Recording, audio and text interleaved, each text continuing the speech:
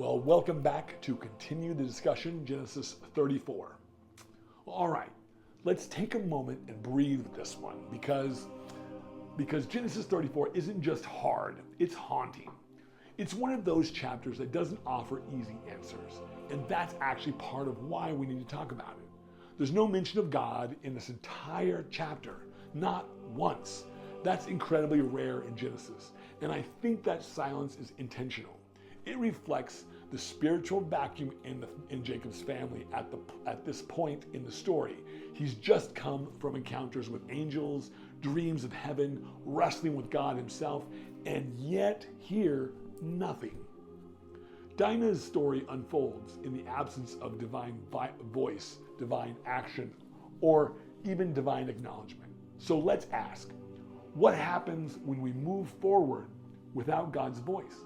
When the covenant people start to function in the mode of the world around them, what you get is a sacred sign like circumcision being manipulated to set up mass murder. You get justice twisted into vengeance, and you get silence in the face of suffering. Jacob's silence at the start of the chapter should trouble us. He hears that his daughter has been violated, and he says nothing. He waits, he delays.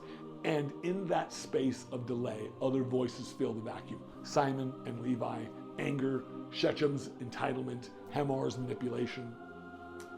One of the powerful and painful themes we see here is the cost of silence, especially from fathers or leaders. When those called to lead remain passive in the face of injustice, it forces others to act out their pain instead of wisdom. That's what Simon and Levi do. Are they right to be furious? Absolutely.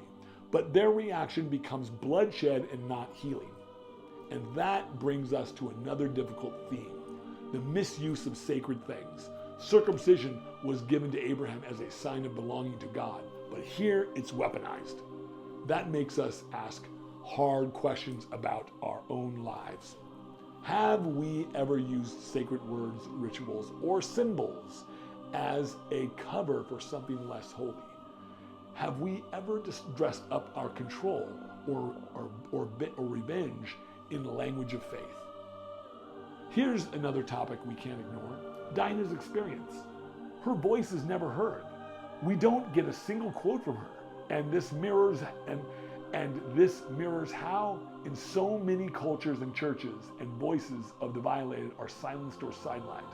But Genesis includes her story, not to sensationalize it, but to force us to see, to ask, what happens to women in society where honor is male-defined and justice is blood-soaked? Her name is preserved in Scripture for a reason. And I want to point out something that's easy to miss. The emotional trauma of this story, not just for Dinah, but for the whole community. Trauma ripples. Jacob's fear, the brothers' rage, the entire city of Shechem left in ruin.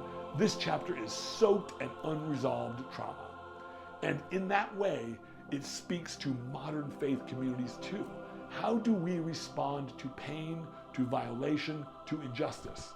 Do we speak too quickly or not at all? Do we try to fix, or do we actually listen to and lament? I also want to say a word about assimilation. The Hivite proposal for intermarriage seems generous on the surface. We'll become one people, they say, but it threatens Israel's identity. This isn't about race or ethnicity. It's about covenant integrity. God had called Israel to be distinct, not because they're better, but because their distinctiveness reflects the holy character of God. So this chapter reminds us that not every alliance is covenant safe. Sometimes peace on human terms leads to compromise on divine terms. Lastly, let's talk about what isn't said until the end. Jacob is afraid that the Canaanites will retaliate, but the brothers push back. Should he treat our sister like a prostitute? That question exposes a fault line in the family. Jacob's concern is survival, the brother's concern is justice, but neither one offers redemption. That's what's missing from the whole chapter: redemption, restoration, God. And maybe that's the real message here. When God isn't the center, even covenant families fracture. Even sacred symbols get twisted. Even justice gets distorted. But here's the grace. Genesis doesn't end with chapter 34. The next chapter returns us to Bethel, to God's voice, to worship, to realignment. So even when our stories go dark, God still calls us back. Well, that's all I have for this chapter. If you guys have any other insights on this, I'd love to hear them. This one was a tough chapter. We're moving our way through Genesis.